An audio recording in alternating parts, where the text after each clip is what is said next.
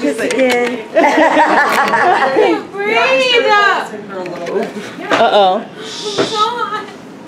She hot? You hot? Yes, I can't breathe. Why don't you turn the video camera off? Okay. Hey guys, so for those of you that don't know, about 4 months ago, I had a baby. I had a beautiful baby girl. Her name is Blake. And so today we're going to talk about basically the story of her life. It's really, really over the top if you want to know. But if anybody who knows me knows that I'm like a really over the top kind of person. Sorry, it's her dad.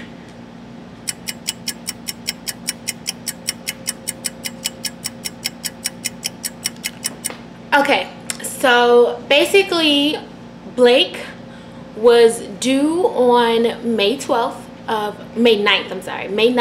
of 2017, but she was actually born on the 12th. And the crazy thing is, once I wanted her to come early, but our anniversary is actually the 13th, and that's the day I wanted her to come because I thought like it would be so cute, like, oh, our anniversary plus her birthday, and then the next day was going to be Mother's Day, my first Mother's Day. So I definitely wanted her to come before Mother's Day because I'm like, I've been pregnant for 10 months. I deserve to celebrate this Mother's Day as a mother, you know, like with my baby. So I went in the doctor on Tuesday, which was my actual due date. It was the 9th, and I literally, at that point, I was so tired of being pregnant. I would complain to my boyfriend like, baby, I'm tired, like my back hurts, my feet hurts.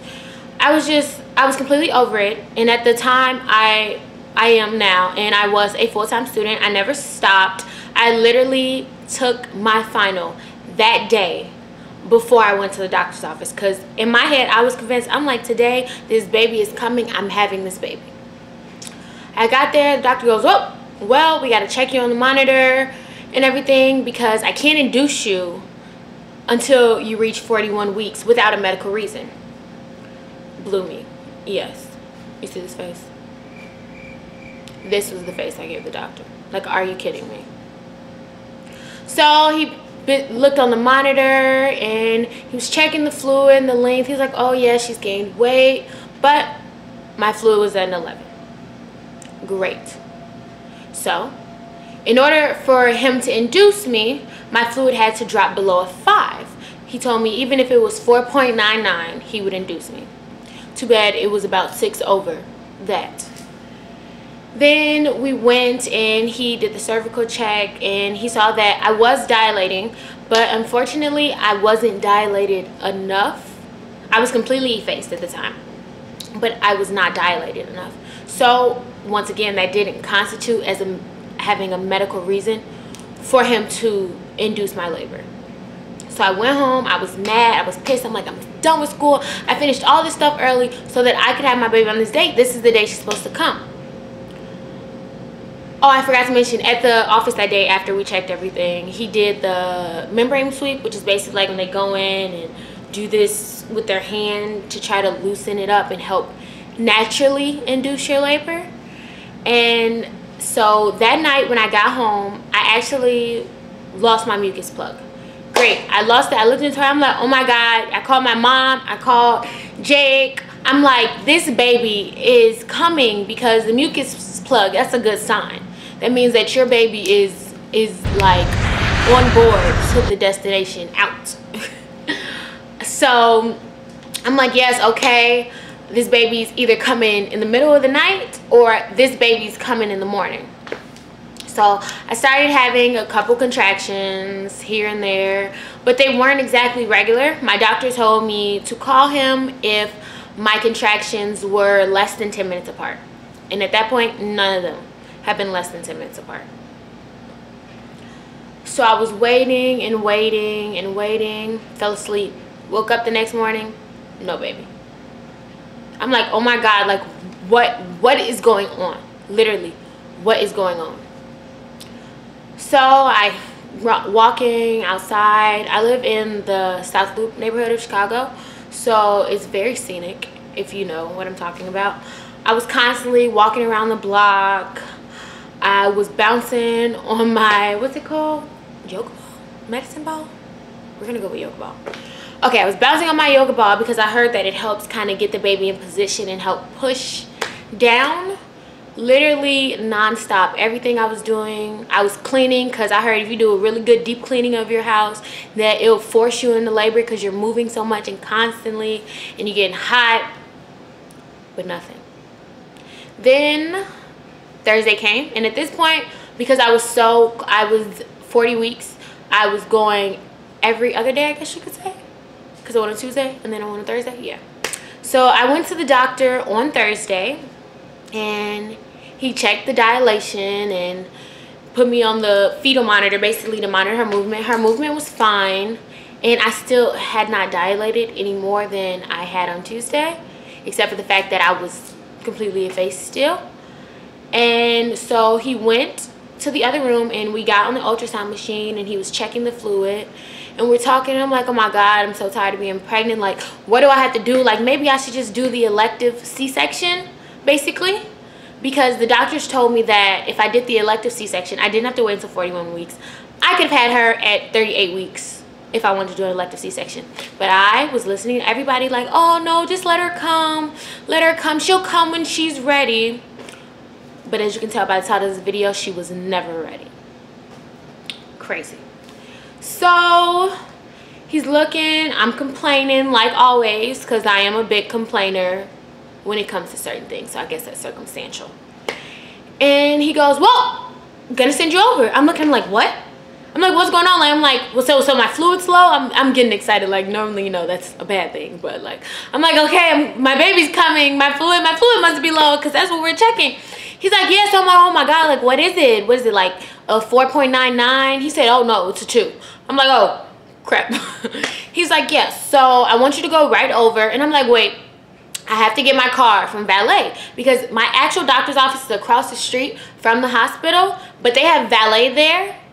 And there was a time where they thought I had preeclampsia, and they sent me over because they thought that they were going to induce me. And I was there for 6 hours, basically for them to send me home. But I paid for 6 hours of valet parking. Great, right? So he's like, okay, yeah, go get your car and then just head right over. And then once they're situated, they're gonna set you up and get you ready and started on the Pitocin, because I didn't need the whatever the cervical gel stuff is that's supposed to help you efface. I didn't need it because I was completely effaced. So I went and got my car from valet, but instead of going right over to the hospital, I actually went home, which I only lived about 5 minutes away from the hospital. I went home, I got my boyfriend, I finished packing my bag because I was convinced that they were just gonna have to induce me like later in the week, not this soon. And the fact that, you know, once you go to the hospital, you can't eat. So I'm like, no, Jake, we're going to Chipotle. And now he doesn't like Chipotle, so he's like, I don't want that. I'm like, well, I don't care, because this is about me, because you get to eat however much you want in the hospital, but this is my last go round before I have this baby. So we went to Chipotle, pulled up at the hospital. We got out. Jake helped me unload the stuff, took me to the room, and then he went across to park the car.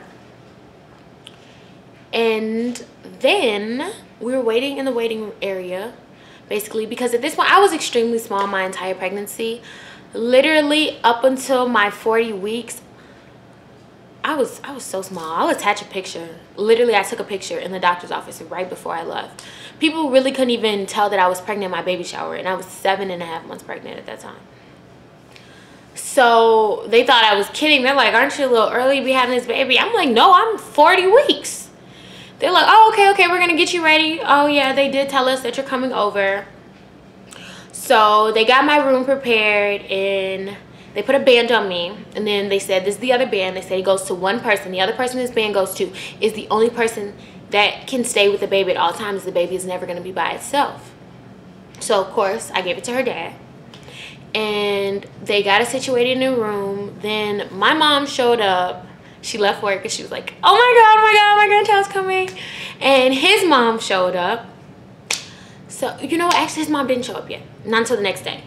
We were in there all night. Jake, my mom was able to relieve Jake so that he can go get them some food.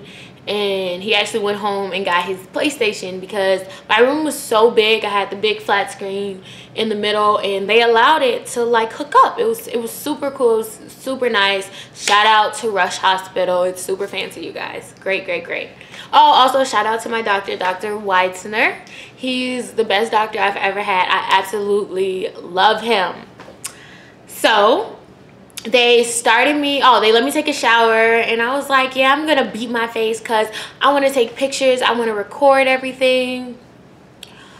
I took the shower, I did my makeup, got in the bed. My mom started recording videos of me and Jake, like while I was getting ready to get in the bed so that Blake could see them when she gets older.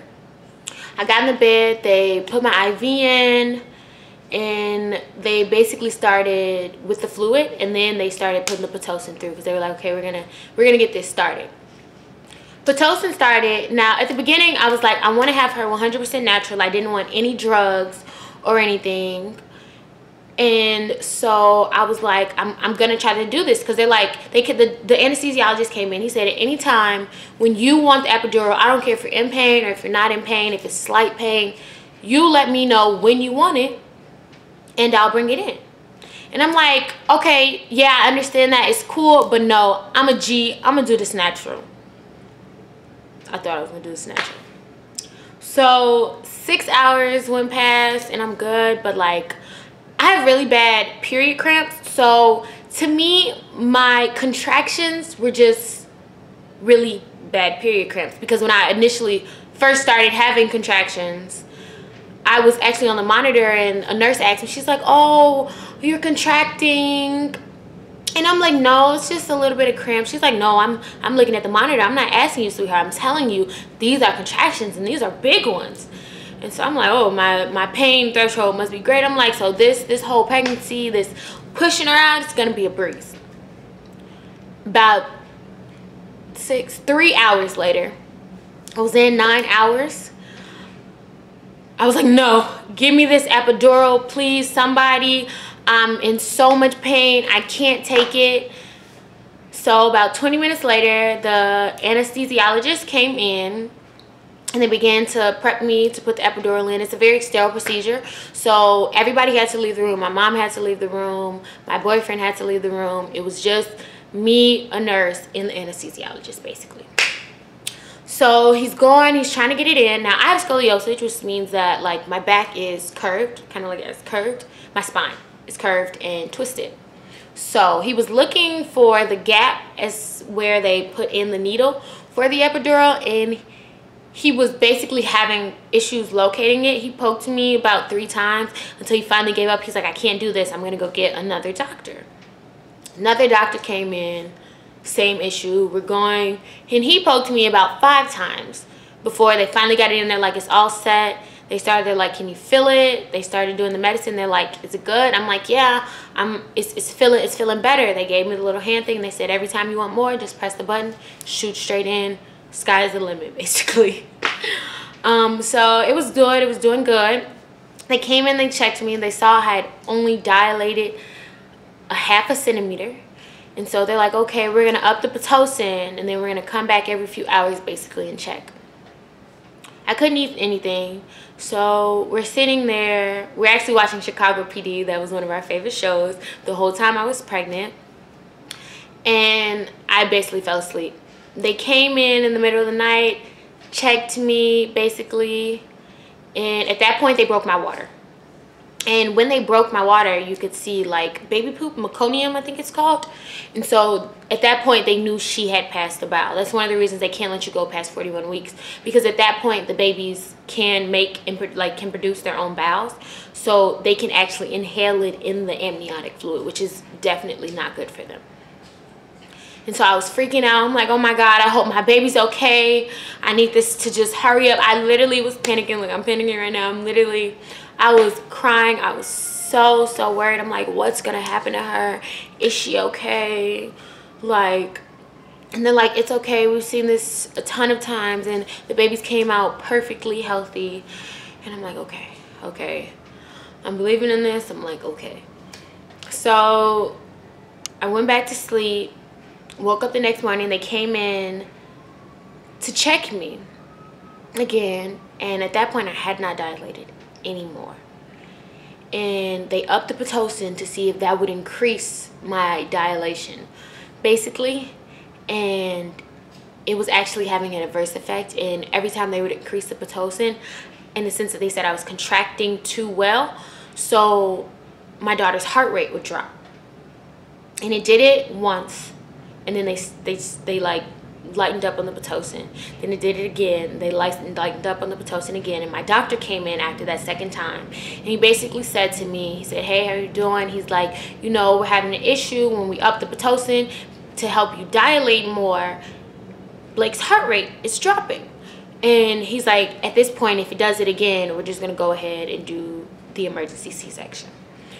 So I was tearing up a little bit. It's not necessarily I was afraid of the surgery, because if you know me, you know I have fake boobs. So shout out to anyone who has fake boobs. Yes, I love them. But I was more scared for her because I didn't want anything to go wrong.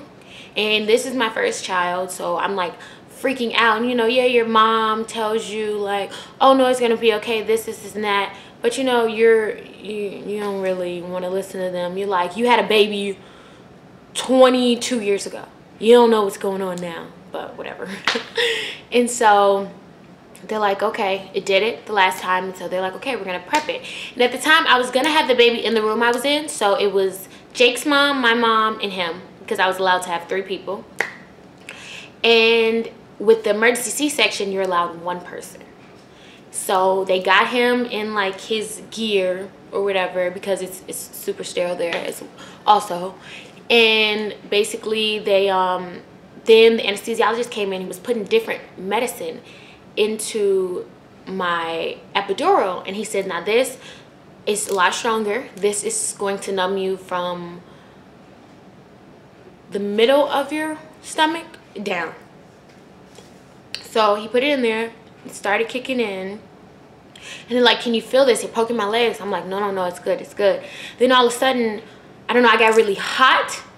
I felt like I couldn't breathe. I couldn't feel my legs or anything. I didn't feel right. I was crying. I'm like, mommy, I'm panicking. I can't breathe. I can't feel my legs. This doesn't feel like, I feel like I'm about to die. I'm like, "Mommy," like I'm literally crying. I was freaking out, and the nurses are trying to come in there. They're like, "It's okay. It's gonna be okay. It's fine." And the thing was that they have this like medicine. I guess a lot of people throw up when they go in for the emergency sections because of the panicking, and it's like a little liquid, and they gave it to me and I drank it. It's supposed to help me not throw up. So I drank it the whole time, still panicking. We're on the way to the operating room. I'm crying because I'm just like, I can't, like I couldn't breathe. I don't like, well, I could breathe, but like I felt like I couldn't breathe. Like I was suffocating myself, like dry drowning. And we got in the operating room, and I'm crying as soon as we got through those doors. Blech. All over everything, literally. Because at that point I'm laying down, so I literally threw up. The stuff that was supposed to not make me throw up. Crazy, right? So we're in the operating room, and I wasn't asleep. I was awake the entire time. And I started kind of getting the feeling of my legs back. And it wasn't even so much my legs, just like the lower part of my stomach, really, and the upper part of my legs. I could start feeling again. And they put us right there. They put the drape, and Jake was sitting on the side of me, holding one hand. The anesthesiologist was on the other side of me, holding the other hand. And they began to cut. But the thing was, I wasn't supposed to feel anything. Yet I could feel everything. Literally, I felt every cut, every slice. I felt when they were ripping open to try to open the space more. It honestly, I was in such pain that it got to the point where I started screaming.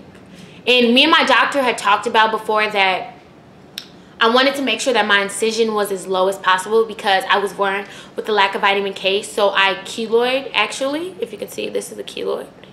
I scar easily, and it becomes raised basically. And so I showed him a picture of where my bikinis stop, and he goes, "Okay, I'm gonna put it below your bikini line. It was way below my bikini line. I actually love my incision. And I'm literally screaming because I could feel everything, every cut. Literally, it was horrible. And the anesthesiologist starts panicking. He's talking to my doctor. He's like, we need to put her to sleep. And the conversation that me and my doctor had was that I did not want to be put to sleep. I wanted to see her when she came out. And so the doctor's still going. He's like, we're gonna keep going. We're gonna keep going. The doctor's still going. My boyfriend's peeking over the drape, so he's looking. He's like, oh my God, oh my God, oh my God. And I'm like, why are you saying, oh my God? I'm the one that's in pain. Like, this is crazy. And I was just screaming at the top of my lungs at this point. And the anesthesiologist was like, no, we can't do this. We gotta put her to sleep. They pushed my boyfriend out the room. They're like, you guys gotta go, because if they put him to sleep, he couldn't be in there, basically. And so they pushed him out. The anesthesiologist is coming back in, and all I heard was my doctor say, no, we're gonna do this, because I told you we had the conversation where I wanted to be awake. He's like, no, we're gonna do this. He's like, go get him. As soon as my boyfriend walks back in the door, they pulled her out. Oh my God, oh my God. And they rushed her off to the other room, and they took him with, because remember I told you he had the band, so that she could never be alone. She had to be with one of us at all times. And the nurse, and they're actually in there stitching me up, and I can still feel it at this point. And I'm just asking them, I'm like, is my baby okay? I'm like, where's Jake? And the anesthesiologist is reassuring me. He's like, she's fine. He's over there. He's in there with her. She's not by herself. And they're stitching me up. Literally, I felt everything they had to stitch. It was the craziest experience of my life, literally. And I could hear my baby crying in the other room. And I was a little dazed, but I was just so, like, I was crying because I wasn't even at this point crying because of the pain. I was crying because I literally gave birth to a baby. Like, she came out of me. I helped her grow, and she grew inside of me for 10 months. And it was just the most beautiful, like, I'm tearing up. It was like literally the most beautiful thing that I've ever seen, like, to create human life. It's crazy. And so they came back in the room. Jake came back in, and he had her in his arms, and that was the first time, like, I really saw her. She was so pretty. Oh my God. She was so beautiful. And I feel like at that point I really knew, like, this is what everything I have to do is for. Like, everything that I do from this point on is for her. It's to make sure that she has everything she needs and deserves, and to make sure that she has a great life. Jake was crying. I was crying. The nurses actually told me that he was sitting there crying more than the baby was crying. It was so cute. I'm gonna attach a video, which was the first video we ever had of her. He took it, and you can actually hear him in the back sniffing, and he's like, this is my baby. Like, this is mine. This is part of me. And so once they were done, they put me back on the bed and set me up slightly, because they bandaged me up and everything. And that was the first time I got to hold my baby. It was so beautiful. They, like, took the top part of my dressings down so that she could lay on my chest as we went to, basically, I guess, the recovery room until my final room was ready, because I had the C-section. I had to stay in the hospital for a couple of days, me and the baby. So, because they just wanted to make sure that everything was fine. And so I had the dissolvable stitches, so I wasn't going to have to go back to have them removed. They just knew that they would dissolve within 6 weeks time period. So we're in the room, and I'm just so happy. Jake was back there with me, and then he left so that his mom can come, and then she left so that my mom can come. And it was just such a beautiful moment.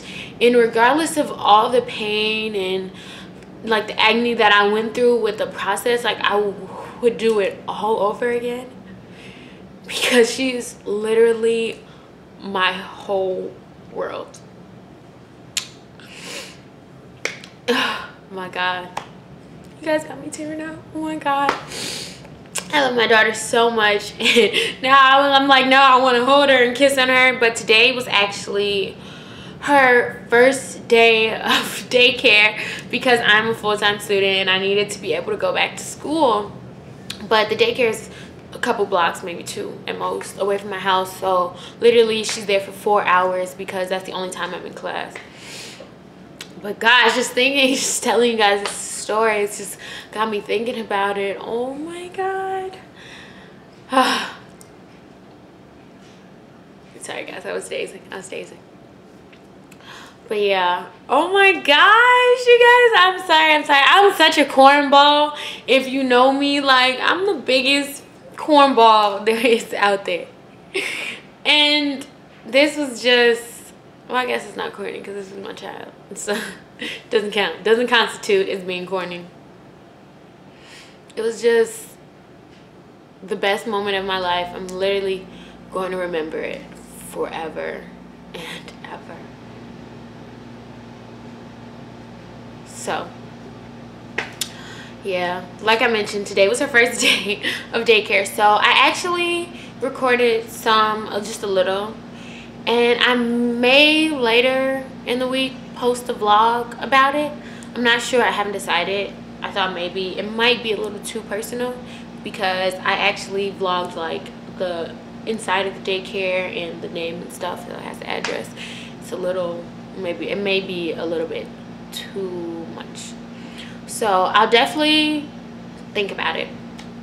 But yeah, make sure you comment, let me know if you like the story or not. I'm trying to help those who are having C-sections, or like, you know, there's always a possibility that you may or may not need one. So make sure you comment, like, subscribe to my channel because you guys, I'm going to be doing more videos. I'm going to do some updates with Blake. I'm going to do some baby necessities, a couple makeup tutorials. I don't have on makeup right now because I'm actually recording this before I leave for school. So I'm gonna do some vlogging too. I'm gonna have a couple features with my friend who actually lives in Texas. She's from here, but she just moved to Texas, and she has my nephew. His name's Hassan. He's the cutest. He's literally a month older than Blake, and they're just the cutest together. It's literally the best thing ever, especially to have a bit like, this is gonna be her cousin friend for life, literally. Like, they're growing up together. It's gonna be so amazing to look back on this, basically. And I'm gonna do some vlogs with my boyfriend also. Definitely, we're gonna do a couple challenges, maybe even a couple pranks. But basically, just stay tuned for more and let me know if you guys like it or not. Like, I want your honest opinions. Like, call me on my bull, literally. I love that. Thanks. Bye.